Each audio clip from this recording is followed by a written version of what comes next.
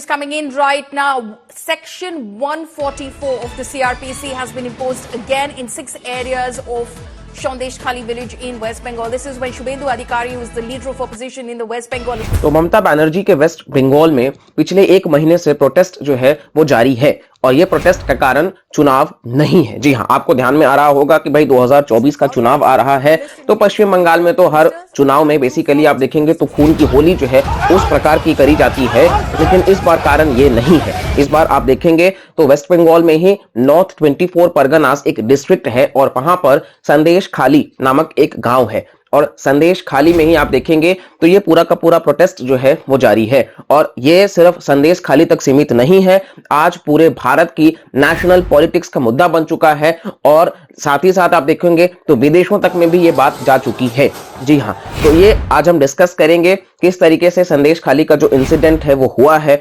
और कहीं ना कहीं इसमें बताया जा रहा है साफ तौर पर कि ममता बनर्जी जो है वो शेख शाहजहां जो इस इंसिडेंट के पूरे मेन कल्प्रिट हैं उसको आखिर डिफेंड क्यों कर रही हैं, क्योंकि अभी तक बाकी लोगों को अरेस्ट कर लिया गया है लेकिन उनको अरेस्ट नहीं किया गया है, तो उनको प्रोटेक्शन क्यों दिया जा रहा है और साथ ही साथ मैटर क्या है, क्या पश्चिम बंगाल में कहीं ना कहीं आप देखेंगे तो नेशनल कमीशन फॉर विमेन और साथ ही साथ में national commission of scheduled castes जो है ये दोनों बॉडीज कॉन्स्टिट्यूशनल बॉडी है, एनसीएससी और एनसीडब्ल्यू जो है वो आप देखेंगे तो स्टैट्यूटरी बॉडी है, इन्होंने प्रेसिडेंट्स रूल राष्ट्रपति शासन भी इंपोज करने की बात करी है पश्चिम बंगाल में। तो क्या ये बातें हो पाएंगी, तो आइए हम देखते हैं इस वीडियो में। वीडियो काफी इंटरेस्टिंग और इंफॉर्मेटिव होगा और हम अनबायस्ड तरीके से वीडियो बनाएंगे और साथ ही साथ में हम एक रिक्वेस्ट करते हैं कि यहाँ पर किसी भी सेंटिमेंट्स को हम हर्ट करने के लिए नहीं आए हैं, हम सम्मान करते हैं सभी का, लेकिन जो बातें गलत हैं उसके लिए हम आवाज उठाएंगे क्योंकि बहुत कम ऐसे यूट्यूबर्स हैं जो इस इंसिडेंट को लेकर के कहीं ना कहीं वो अपनी बातों को रख पा रहे हैं। तो हम freedom of speech and expression का इस्तेमाल करते हुए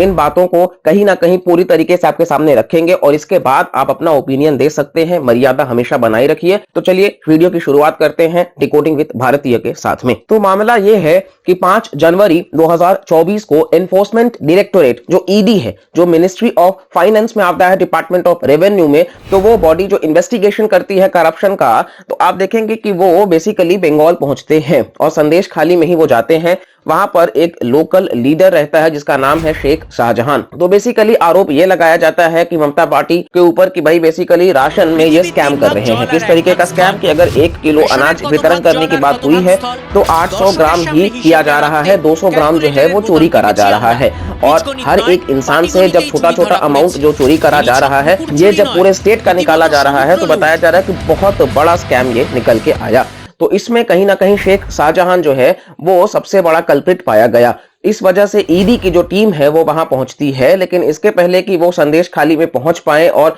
शेख शाहजहां का घर का वो तलाशी ले पाए, वहां के जो लोकल लीडर्स थे जो शेख शाहजहां के सपोर्ट में रहे हैं, क्योंकि बेसिकली आप देखेंगे तो काफी इन्फ्लुएंस है उसका वहां पर, और इसके वजह से उन्होंने ईडी के ऊपर जो है वो हमला कर दिया और वहां पर जो नेशनल मतलब पुलिस गई थी और साथ ही साथ में आप देखेंगे कि जो ईडी की टीम थी वो वहां से जैसे तैसे भागे हैं। आप वीडियोस में देखेंगे तो कई बार आपको देखने को मिल जाएगा कि मतलब कई लोगों का माथा जो है वो फट गया है, कई लोगों को मतलब घायल जख्मी कर दिया गया है, हॉस्पिटल्स में एडमिट थे वो। तो जो काम करने के लिए वो गए थे, रेड करने के लिए, वो तो वो नहीं कर पाए और वो मैटर तो खैर वहीं तक रह गया। अब ये मैटर वापस से चालू होता है 7 फरवरी 2024 यानी कि अगले महीने। अब ऐसा क्या होता है, तो बेसिकली उस टाइम पीरियड तक के लिए आप देखेंगे तो शाहजहां जो है वो एब्सकॉन्ड करता है, मतलब वो भाग जाता है। ईडी जब आता है उसके पहले से वो भागा हुआ होता है और अभी तक वो नहीं होता है अपने जगह पर। तो यहाँ पर कुछ जो लोकल अब महिलाएं हैं वो सामने निकल करके आती हैं और वो कई सारे जो हैं वो अपराध लगाती हैं शेख शाहजहां के ऊपर और इनके समर्थक के ऊपर। अब वो किस तरीके के हैं, तो सबसे पहला बात उन्होंने ये कहा कि ये जो टीएमसी पार्टी है बेसिकली ये करती है कि मतलब सर्वे कंडक्ट करवाते हैं घर घर जाकर के और उस सर्वे में देखते हैं कि भाई किनके घर में मतलब जवान बेटी है, सुंदर बेटी है, बहू है, और उसके हिसाब से फिर उन बहू बेटियों को बुलाया जाता है पार्टी ऑफिस में और देर रात तक उनको रखा जाता है और मतलब यहाँ तक कि सेक्सुअली एक्सप्लॉइट भी किया जाता है तब तक जब तक कि उनका मन ना भर जाए। ऐसा ही वहां की महिलाओं का कहना है और इसके बाद आप देखेंगे तो ये कहीं ना कहीं बहुत बड़ा तूल पकड़ लेता है कि भाई इस तरीके से सेक्सुअली हैरेस किया जा रहा है भारत में। हमारे देश में 50% की आबादी है, हम यहाँ पर नारी शक्ति की बात करते हैं, हम यहाँ पर बेटी बचाओ बेटी पढ़ाओ की बात करते हैं, लेकिन इस प्रकार की घटनाएं कहीं ना कहीं शर्मसार कर देती हैं। अभी हमने मणिपुर में भी देखा था, भारत के नॉर्थ ईस्ट में, जो बिल्कुल गलत था, और यहाँ अब वेस्ट बंगाल में भी वो चीजें देखने को मिल रही हैं, और ये कहीं ना कहीं कंप्लीटली गलत है। और मैटर वहीं नहीं रुकता है, यहाँ तक कि ज्यादातर वहाँ ट्राइबल एरियाज मतलब है, तो ज्यादातर जो लोग हैं वो SC ST को बिलोंग करते हैं, तो उनके जमीनों को भी शेख शाहजहां ने जबरदस्ती हड़प लिया, और उस पर बेसिकली आप देखेंगे तो प्रॉन फार्मिंग और पोल्ट्री फार्मिंग जो है वो करा गया। और इसी के बाद में कहीं ना कहीं उन्हीं वर्कर्स को जिनका जमीन लिया गया, उन्हीं के मतलब उन्हीं से काम भी करवाया गया बगैर कोई पैसा दिए। यानी कि एक तो जमीन लेने के आरोप में और साथ ही साथ दूसरा जो है वो सेक्सुअली हैरेस करने के आरोप में महिलाएं जो है वो सामने निकल करके आई हैं, हालांकि उनकी प्राइवेसी मेंटेन रहे, इसीलिए आप देखेंगे तो वो इस इंसिडेंट के बाद में वेस्ट बंगाल के जो गवर्नर है CV आनंद बोस, वो उस संदेश खाली वाले रीजन में जाने की मांग करते हैं, लेकिन वो एंट्री नहीं मिलती है उनको और वो वापस चले आते हैं। साथ ही साथ में ऑपोजिशन पार्टीज के लीडर्स भी जाने की कोशिश करते हैं, लेकिन उनको वहां नहीं जाने दिया जाता है। कुल मिलाकर के आप देखेंगे तो यहाँ पर अकाउंटेबिलिटी नहीं है। ममता पार्टी अगेन उन्होंने कहा कि भाई BJP जो है वो कहीं ना कहीं कोशिश कर रही है, साजिश रच रही है कि किस तरीके से TMC को वो हरा सके। 42 सीट्स लोकसभा का है, तो इसको इंपैक्ट करने के लिए है, लेकिन आप सबको पता है कि जो भी जस्टिस होता है यहाँ पर, अगर ममता बात सही कह रही हैं तो उनको कोऑर्डिनेट करने की जरूरत थी, ना कि इस तरीके से कि किसी को प्रोटेक्शन देना। क्योंकि आपको हम बता दें,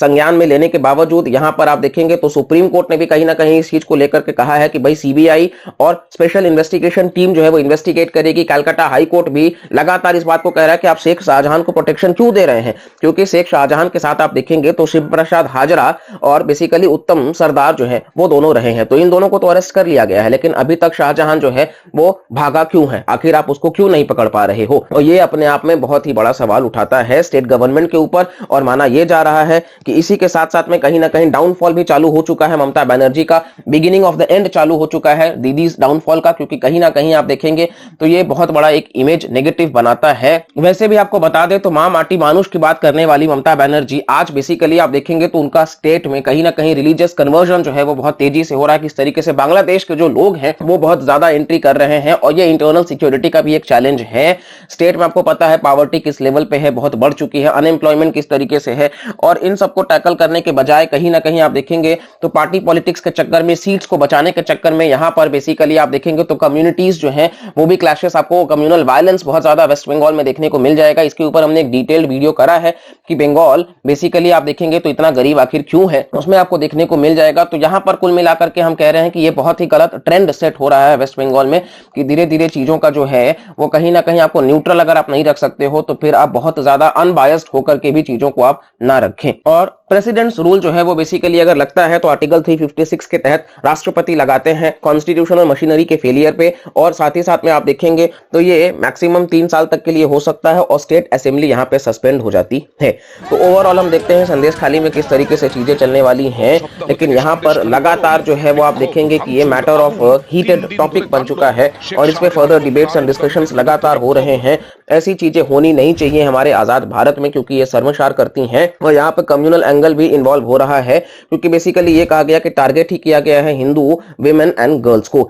और ये बेसिकली क्योंकि शेख शाहजहां आपको पता है मुस्लिम है, तो इस तरीके से भी चीजों को देखा जा रहा है, कम्युनल एंगल भी दिया जा रहा है। खैर, इन सबसे ऊपर हम पहली बात तो यही कहेंगे कि कहीं ना कहीं हम सब भारतीय हैं और एक दूसरे का हमें सम्मान करना चाहिए, और अगर ये चीजें नहीं हो रही हैं तो ये कंप्लीटली गलत है, क्योंकि ये वही स्टेट है जहां से नेताजी सुभाष चंद्र बोस जैसे भी लीडर्स निकल करके आए हैं, जहां से राजा राम मोहन रॉय जैसे भी लीडर्स निकल करके आए हैं, जिन्होंने कहीं ना कहीं मतलब हर आवाज उठाई है मुमकिन, और सती और विडो रीमैरिज जैसे सिस्टम्स को जहां पे नेगेटिव था उसको बंद करा, जहां पॉजिटिव था उसको चालू करा, इस प्रकार का कॉन्ट्रीब्यूशंस रहा है। तो ऐसा घटना नहीं, और दुख की बात तो ये है कि जिस राज्य के मुख्यमंत्री खुद एक महिला हो, अगर उस राज्य में महिलाओं के खिलाफ इस प्रकार से अत्याचार हो रहा है और बहुत ज्यादा उस चीज में समर्थन नहीं किया जा रहा है मुख्यमंत्री के द्वारा, तो ये अपने आप में कहीं ना कहीं क्वेश्चन मार्क रेज करता है। तो बहुत जल्द आप सबको पता है कि चुनाव होना है। अब ये कहीं ना कहीं संदेश खाली ये तो फॉर श्योर है कि बहुत बड़ा एक इमेज बनाने वाला है, तो हम सब देखते हैं किस तरीके से चीजें होंगी। फिलहाल तो हम सब यही चाहेंगे कि जल्द से जल्द उन महिलाओं को न्याय मिले,